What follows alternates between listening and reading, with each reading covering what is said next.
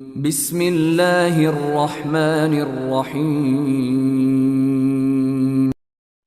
السلام علیکم ورحمۃ اللہ وبرکاتہ۔ نحمده ونصلی علی رسوله الکریم، اما بعد۔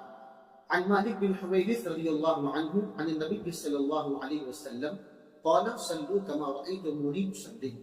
حضرت مالک بن حویرث رضی اللہ عنہ روایت کرتے ہیں کہ نبی کریم صلی اللہ علیہ وسلم نے فرمایا کہ تم نماز ویسے پڑھو جس طرح تم نے مجھے پڑھتے ہوئے دیکھا ہے۔ صحیح بخاری کی روایت ہے۔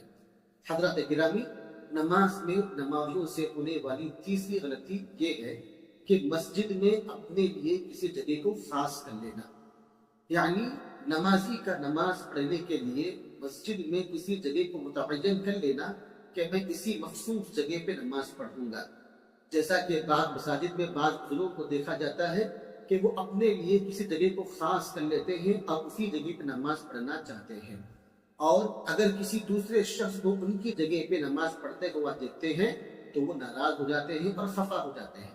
اور بعض تو ان کی انتہا یہ ہے کہ اپنی مخصوص جگہ پہ نماز پڑھنے کے لیے صف بندی کو بھی کاٹ دیتے ہیں۔ ایک طرف نماز کا وقت ہونے لگ جاتا ہے، نماز کا آغاز ہو چکا ہے اور انہیں اپنے ہی جگہ پہ نماز پڑھنے کی فکر ہوتی ہے، نماز شروع ہو چکی ہے، اپنے ہی جگہ پہ نماز پڑھنا چاہتے ہیں۔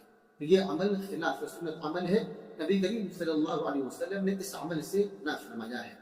حضرت عبد الرحمن بن شبل رضی اللہ عنہ بیان کرتے ہیں کہ نبی کریم صلی اللہ علیہ وسلم نے فرمایا نہا رسول اللہ صلی اللہ علیہ وسلم وَأَن يُوَطِّنَ الرَّجُلُ الْمَكَانَ فِي الْمَسْجِدِ كَمَا يُوَطِّنُ الْبَعِيرُ۔ آپ صلی اللہ علیہ وسلم نے کسی جگہ کو مسجد میں نماز پڑھنے کے لیے خاص کرنے سے منع فرمایا ہے، جیسے اونٹ اپنے لیے کسی جگہ کو خاص کر لیتا ہے۔ لہذا ہمیں اور آپ کو چاہیے کہ مسجد میں جب ہم نماز پڑھنے کے لیے آتے ہیں تو جہاں جگہ میسر ہو وہیں پہ نماز قائم کرنا چاہیے۔